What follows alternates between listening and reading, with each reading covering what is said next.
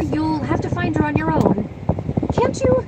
Julian's hand pressed against Scarlett's back, and his lips were at her ear again. She's already done us one favor tonight, he warned. But Scarlett started to argue, yet Julian's expression stopped her.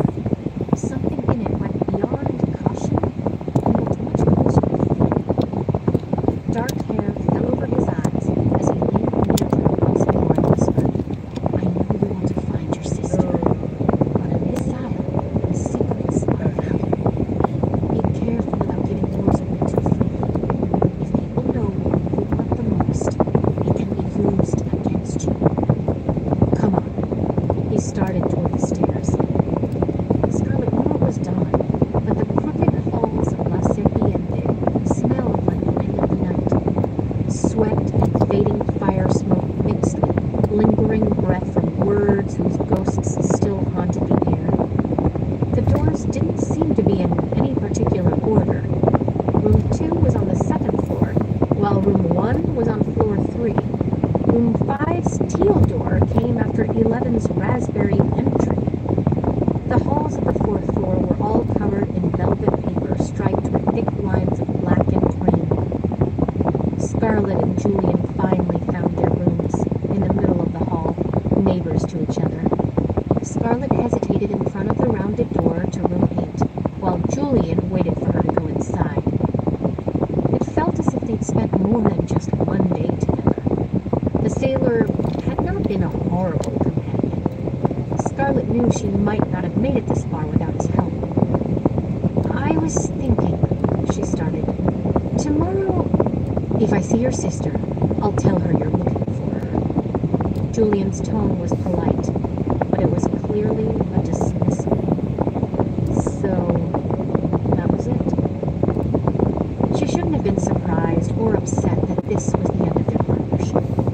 Julian had claimed he would help her out, but she'd learned enough of him to know that if he wanted something, he said whatever needed to be said to get it. She didn't know when she started expecting more, or why. She recalled what he told her in the clock shop about how she thought too highly of him if she believed he cared for her sister. He used me. His use of her had been mutually beneficial, but he'd used her all the same. She remembered her first impression of him. Tall, roughly handsome, and dangerous, like poison dressed up in an attractive body. It was better for her to stay away from him. Safer. He might have helped her today, but she couldn't drop her guard. He was clearly here for his own purposes. And after she found her sister the next night, she wouldn't be alone, or staying much longer. Goodbye, Scarlett said as curtly as he'd spoken to her, and without another word, she swept into her room. A fire was already lit in the hearth, warm and glowing, throwing shades of copper against walls covered in flowered wallpaper. Roses, white with ruby tips, in various states of bloom. The wood crackled as it burned, a soft lullaby that pulled her toward a massive canopy bed, the most enormous one Scarlett had ever seen. It must have been why the room was considered special, sheltered by gauzy drapes of white that hung from carved wooden posts and covered in silk pillows made of fluff and thickly quilted blankets tied with rich, currant red bows. She couldn't wait to fall on the bed's downy mattress and... The wall moved. Scarlett froze. The room grew suddenly hotter and smaller. For a moment she hoped it was a trick of her imagination. No, she said, watching as Julian strode through a narrow door that until that moment had been camouflaged by the room's papered wall. How did you get in here? She asked, though even before he answered, Scarlett knew exactly what had happened.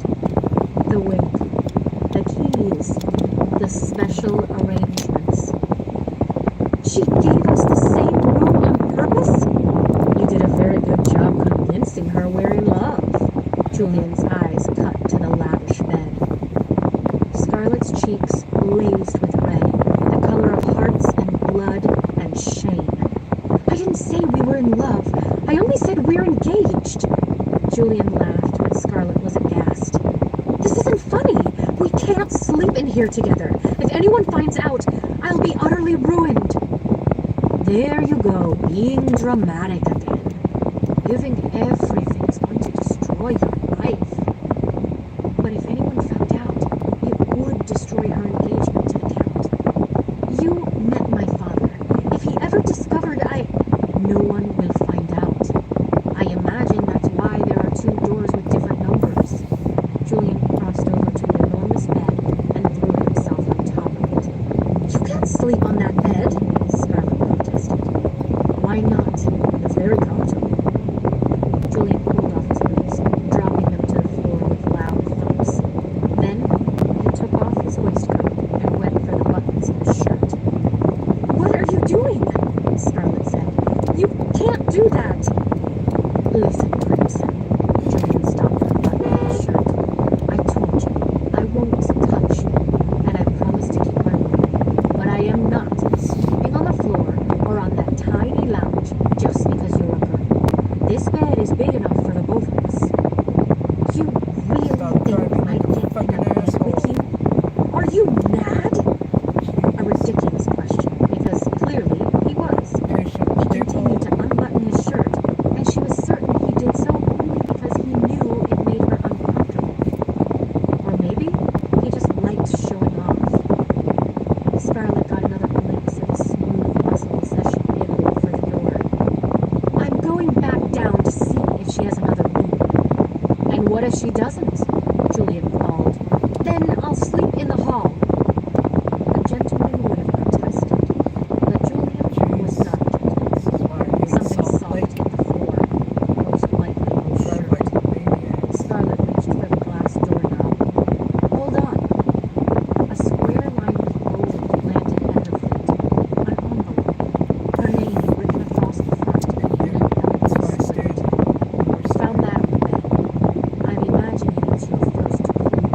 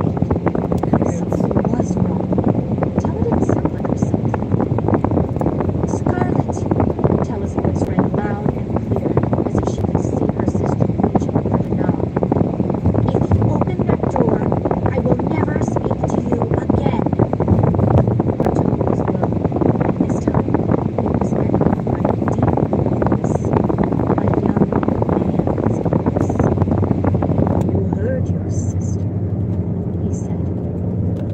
The words ricocheted through the crooked hall, hitting Scarlet like a burst of unwanted wind, reaching into all the places her clothing couldn't protect.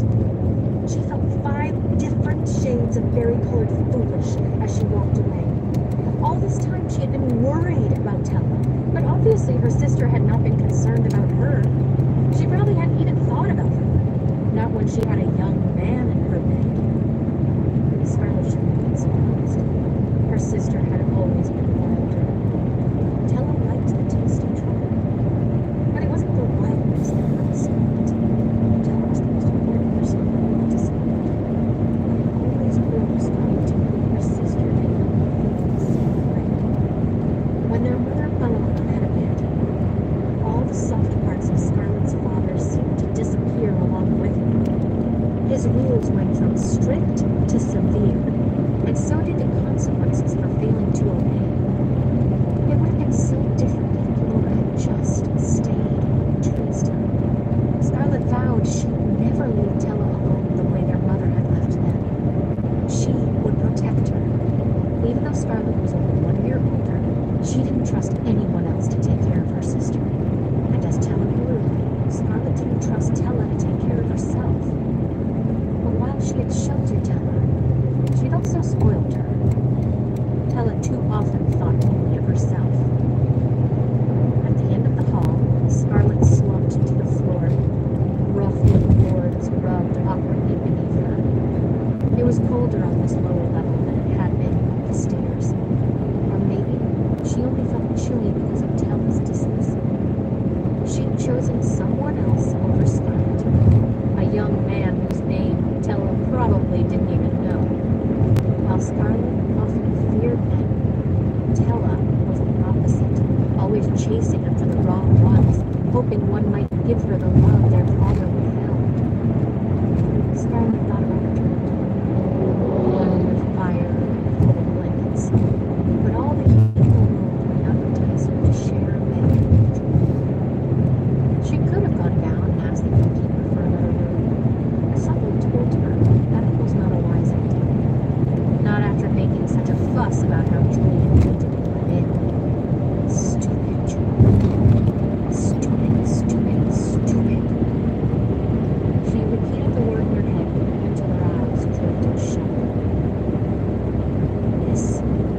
A warm hand rocked Scarlet's shoulder, returning her wakefulness.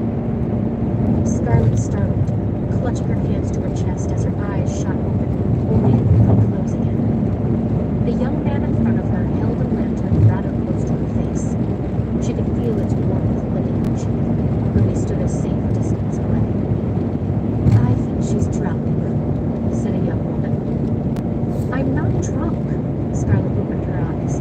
The young man with the lantern appeared a few years older than Julia, but unlike the sailor, this young man was made of polished roots and neatly tied back hair. He was attractive, and the care he took with his appearance made Scarlet think he knew this as well. Dressed entirely in sleek black, he was the type of boy Tella would have called uselessly pretty, while secretly thinking ways to gain his attention, as she noticed all the ink covering his hands and his arms. Tattoos, carnal and intricate.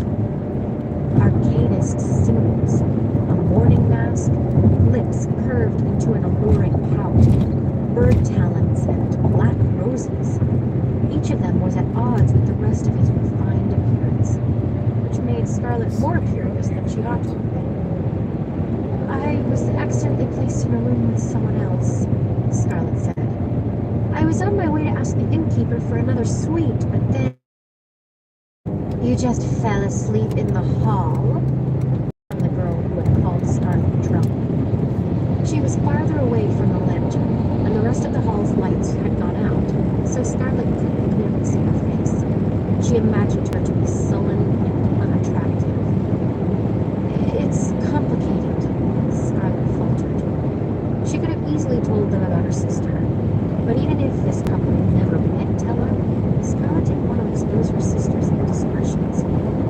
It was her job to protect Tella, and Scarlet wasn't sure she really cared about what either of these people thought of her, even if her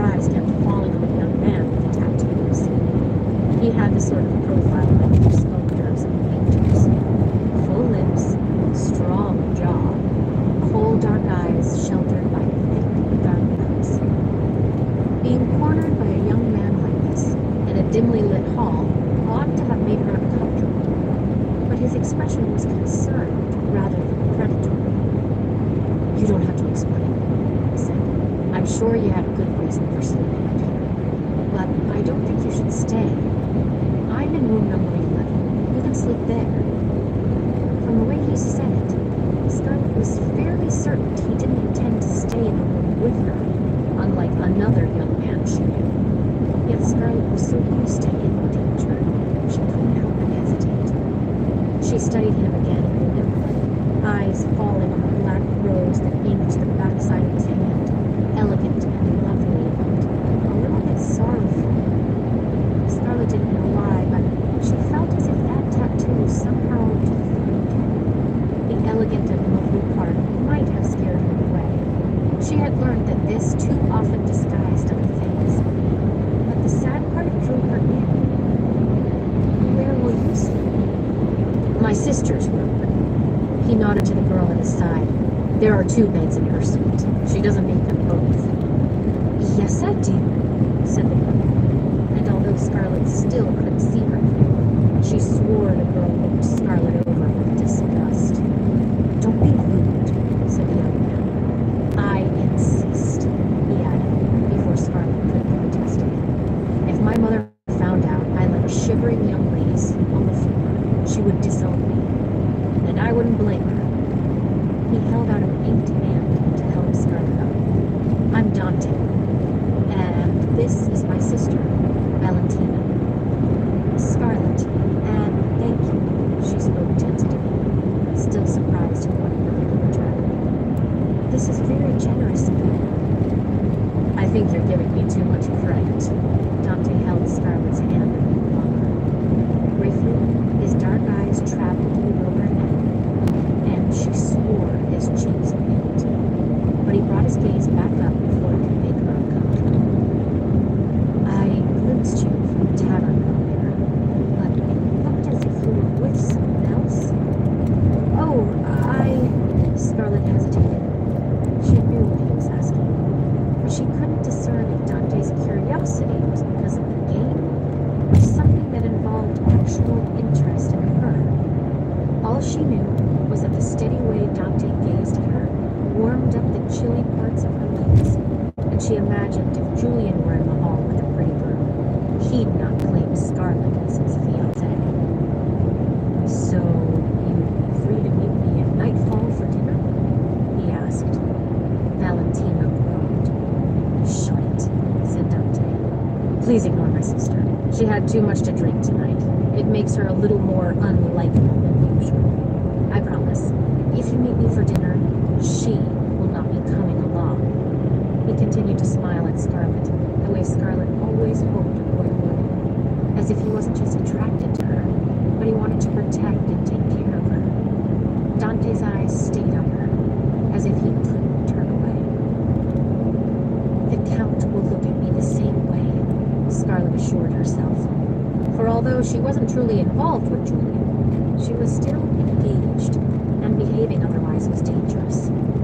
"I'm sorry, I can't. It's all right," Dante interrupted quickly. "You don't have to explain."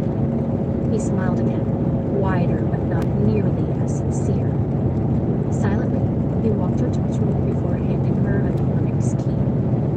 For a tense moment, they both lingered near the door, narrow and pointed.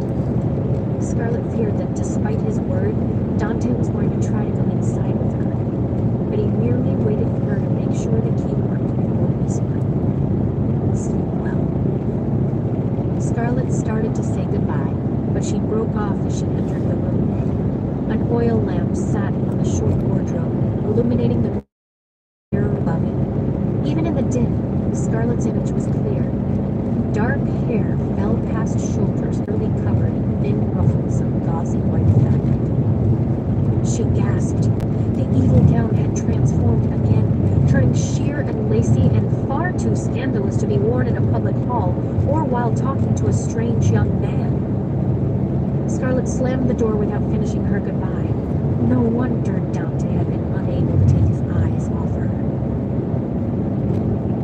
That night, Scarlet did not dream well. As she she slumbered, she dreamed of Legend. She was back in the gilded balcony, wearing little more than an exposed black corset with a red petticoat and trying to cover up with the curtains. "What are you doing?" Legend swaggered in, sporting his signature blue velvet top hat and a gaze full of wayward intent. "I was just trying to watch the game." Scarlet wrapped herself deeper into the curtains, but Legend pulled her away. His hand was as cold as snow, his youthful face concealed by a shadow. Frost knit to Scarlet's naked shoulders. Legend laughed and wrapped both hands around her waist. "I didn't invite you here to watch, precious." His mouth moved closer to hers, as if he was about to kiss her. "I'm here to play the game," he whispered. Then he threw her off the balcony. Night 1 of Kara. Chapter 13. Scarlet woke up covered in cold sweat. It drenched her hairline and the space underneath her knees. She knew it was only a dream, but for a moment she wondered if the magic of Caraval, if Legend's magic, had somehow sneaked into her thoughts. Or maybe the dream was made of her thoughts. Twice she'd been told these experiences were all just a game, yet she was behaving as if everything were real. As if her every action had been discovered and judged and punished. "I didn't invite you here so you could watch."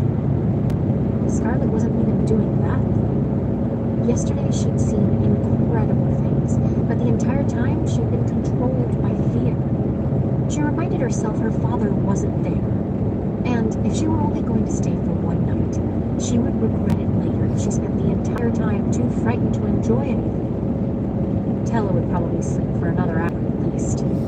Scarlet could go that long without worrying about her. And it wouldn't kill Scarlet to have a little fun in the meantime. Her thoughts fled back to Dante, to the black rose tattoo on his hand, and the warm, wanted way he'd made her feel. She should have said yes. It was only a dinner, not nearly as scandalous as talking with him in a darkened hall while only in a night dress. And even that had not turned out as terribly as she would have imagined. Her borrowed room had only one tiny octagonal window, but it was enough to see the sun leisurely setting, and the canals and streets returning to life. The world was on the cusp of nightfall, the hour of smoke before everything turned fully dark. Perhaps if she headed to the glass tavern fast enough, it wouldn't be too late to find Dante and accept his dinner invitation. Though she felt as if she should be eating breakfast. She'd adjusted to sleeping during the day with surprising ease. The idea of waking up and going to supper still felt unnatural. Before leaving, she gave her appearance a quick check in the mirror. As she'd washed her face, she'd felt her gown shifting, the thin fabric of her nightdress turning to heavy layers of silk. She'd hoped for something less noticeable, a dress that would blend into the night. But this gown definitely had a mind of its own. A giant wine-red bow sat atop her bustle, its two thick ties streaming down her backside to the floor. The rest of her dress was pure white, except for the bodice, which was wrapped in red ribbons, leaving only glimpses of the snowy fabric beneath. Her shoulders were bare, though long sleeves covered her arms. Like the bodice, they were threaded with ruby ribbons, which tied on top of her hands, leaving their ends to dance between her slender fingers. Tella would love it. Scarlet could already imagine how her sister would squeal at the sight of Scarlet in such a bold gown. Even though Scarlet had vowed not to worry about her sister for the first hour of the night, she still could not help but think of Tella as she passed by room 5. The door was cracked. Emerald green light and the color of the gem-shaped doorknob seeped from the other side like fog. Scarlet told herself to keep walking, to find Dante, who actually wanted to spend time with her. But something about the light and the crack, and the ever-present pull of Her sister drew Scarlet closer. Tella? Scarlet knocked quietly. The door creaked open a little farther, spilling out more green light, the color of malevolent things. Scarlet's ill feeling from the night before returned. Tella? She pushed open the door the rest of the way. Oh my! Scarlet covered her mouth. Tella's room was a shambles. Feathers covered the carnage, as if a rebel angel had gone mad. They mixed with the splinters of wood that snapped under Scarlet's boots and the clothes ripped from the torn-apart wardrobe. The bed was damaged as well. Its quilt was torn in half, and one of its posts had been completely removed, like a roughly severed limb. This was all Scarlet's fault. Tella had been in a room with a man last night, but not for the reasons Scarlet thought. She should have known. She should have gone in despite Tella's protests. It was Scarlet's job to take care of her sister. Tella was far too reckless with men, and Scarlet had been from the moment she'd found her. If Scarlet had left right away, this... God's teeth! Scarlet spun at the sound of her sister's familiar curse, uttered by an unfamiliar voice. Hector, look, it's another clue! The woman who marched into the room was silver-haired and slight, and definitely not Donatella. This is superb! She pulled an older man with spectacles through the door. What are you doing? They just noticed Scarlet. The silver-haired woman smiled, but it wasn't kind. It was as greedy and green as the light that dusted the room. Is your sister Donatella Dragna? How do you know that? When did you last see her? Asked the silver-haired woman. What does she look like? Scarlet started to answer, but the interrogation felt foul, like a bathtub filled with dirty water. The silver-haired woman's tone was as eager as her pale eyes and clutching hands. And then Scarlet saw it, in the woman's wrinkled palm. A green glass key. Exactly like the one Scarlet had received, etched with a number 5, and attached to a slip of paper bearing Donatella's name. Julian's words rushed back. Her sister's name was Scarlet's first clue. And other people had been given this same exact clue. It's only a game. Scarlet remembered the warning from the girl on the unicycle. This wasn't real. But it felt that way. The dresses strewn about the room were really Donatella's. And when her sister had warned her away last night, that had been her voice, and she had genuinely sounded upset, although now Scarlet feared it wasn't for the reason she originally thought. Several feathers took flight as the woman plucked one of Tella's lacy light blue night dresses from the ground, and her companion stole a piece of costume jewelry from the floor. Please, don't touch those, Scarlet said. Sorry, dear. Just because she's your sister doesn't mean you'll get all the clues. These aren't clues. These are my sister's things. Scarlet raised her voice, but all that did was draw in more people. As eager as vultures, men and women, both young and old, ripped through the room like beasts sucking meat off bones. Scarlet felt powerless to stop them. How had she ever thought this was a magical game? Some of them tried to ask her questions, as if she might lead them to another clue. When Scarlet wouldn't answer, they hastily moved on. She tried to seize what she could. She grabbed dresses and underthings, ribbons and jewelry and picture cards. Tella must have been sincere about never returning to Treestown, for it wasn't only her clothes strewn about the room. All her favorite possessions were there, and a few of Scarlet's as well. Scarlet wasn't sure if these were things Tella had taken selfishly, or if she'd brought them to the Isle for Scarlet because she'd not planned on either of them returning to Treestown. Excuse me. A pregnant girl with rosy cheeks and strawberry blonde hair approached Scarlet, her voice the one quiet sound amid the chaos. You look as if you could use some help. I can't exactly bend over well. She motioned toward a full, rounded stomach. Maybe I could hold on to those things while you keep gathering. Scarlet was reaching the point where she couldn't pick up more, but she didn't want to let go of what she'd managed to grab. It's not as if I can run off, the girl added. She was young, about Scarlet's age, and from the size of her, it appeared she could have her baby any minute. I'm not sure. Scarlet broke off as a man in cheap velveteen pants and a brown bowler hat kicked a piece of stained glass. Something glittery red sparkled beneath it. No! You can't take those! Scarlet lunged toward the man, but the moment he saw her interest, his own ignited into something stronger. He snatched the precious earrings from the floor and bolted to the door. She ran after him, but he was quick and her arms were burdened. She was only halfway down the hall when he made it to the rickety stairs. Here, let me hold those. Redmond was beside her in the hall. I'll be right here when you get back, she promised. Scarlet didn't want to let go. She gathered, but she really couldn't lose those earrings. Dropping her things in the rooms of her arms, Scarlet clutched the bottom of her snowy skirt and tried to catch up with the man. She caught a glimpse of his brown bowler hat when she reached the staircase, but then it vanished from sight.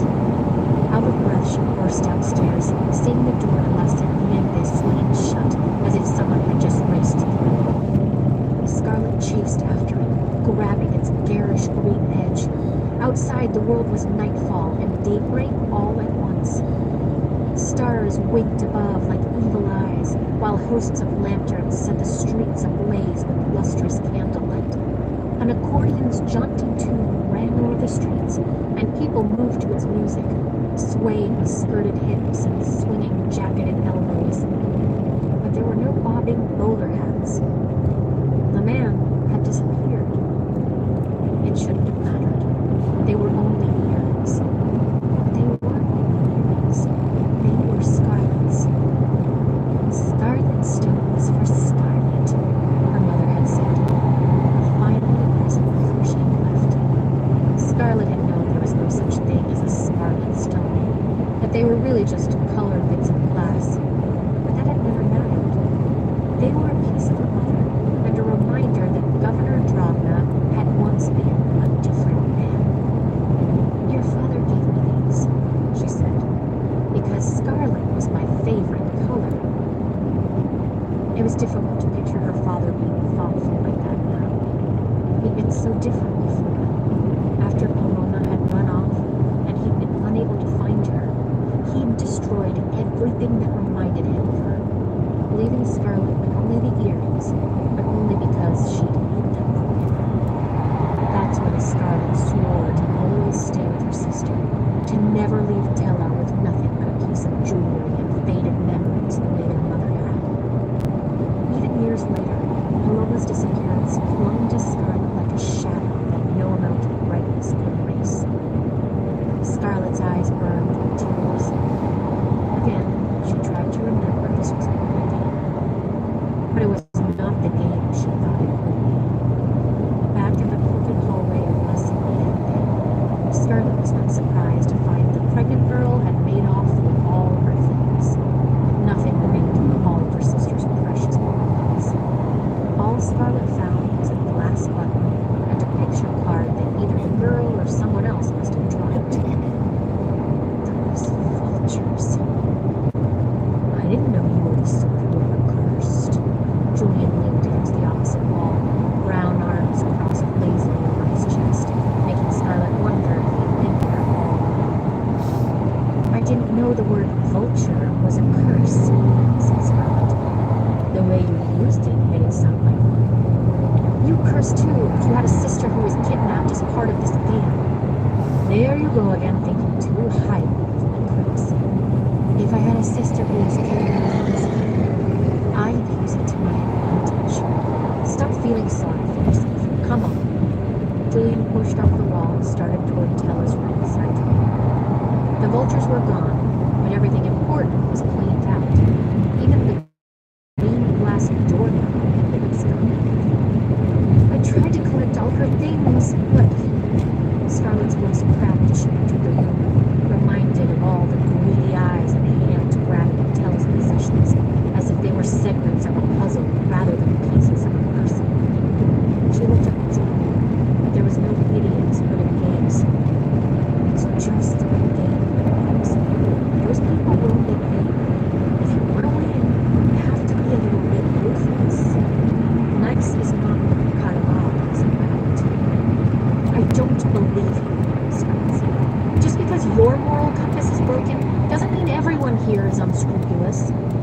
The ones who come close to winning are. Not everyone comes here just for fun. Some only play so they can sell what they gather to the highest bidder.